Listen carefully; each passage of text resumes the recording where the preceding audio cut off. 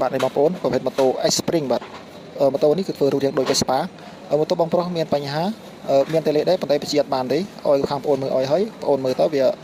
ធ្វើកើតទេម៉ូតូប្រភេទនេះគឺម៉ូតូចិនទេអត់មែនម៉ូតូក្រុមហ៊ុន Vespa សតទេឥឡូវនេះក្រុមជាងខាងប្អូននេះបានដោះធ្វើសចាក់ជូនគាត់បាទខាងមុខក្រុមហ៊ុនគឺអត់មានសចាក់ទេឥឡូវខាងប្អូនបានដាក់កែសចាក់បាទនេះសរបស់វាបាទយើងធ្វើសចាក់អញ្ចឹងយើងងាយស្រួលបាទយើងអត់បាក់ភ័យខ្លាចទលេអត់ថ្មឬក៏វាអត់ស្គាល់ទលេទេបងប្អូនយើងមានតែសហើយយើងកាច់បានហើយបាទយើងទៅឆាយបាក់ភ័យខ្លាចគួយបារម្ភរឿងផាច់អត់ទលេអត់ថ្មឬក៏ទលេចូលទឹកទេបងប្អូនបាទស្រាប់បងប្អូនណាមានបញ្ហាសបាទមិនថាសធម្មតាឬស Smart Key ទេបាទមិនថាម៉ូតូមិនថាឡានទេបាទអាចទាក់ទងខាងបងប្អូនបានបាទសេវាកម្មនៅទីកន្លែងបាទបងប្អូនអាចឲ្យបងប្អូនធ្វើអត់ផ្ទះក៏បានឬក៏បងប្អូនយកមកកន្លែងបងប្អូនក៏បានដែរបងប្អូនបាទ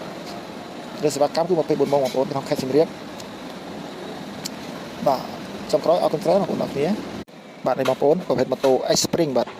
ម៉ូតូនេះគឺធ្វើរូបរាងដូច Vespa ម៉ូតូបងប្រុសមានបញ្ហាមានតែលេខដែរប៉ុន្តែបញ្ជាបានទេឲ្យខាងប្អូនមើលឲ្យហើយប្អូនមើលទៅវា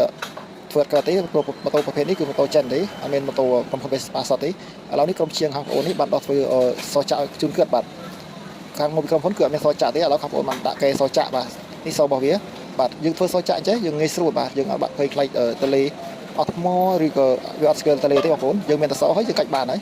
បាទយើងទៅឆាយបាក់ភ័យខ្លាចគួយបារម្ភរឿងផាច់អត់ទលេអត់ថ្មឬក៏ទលេចូលទឹកទេបងប្អូន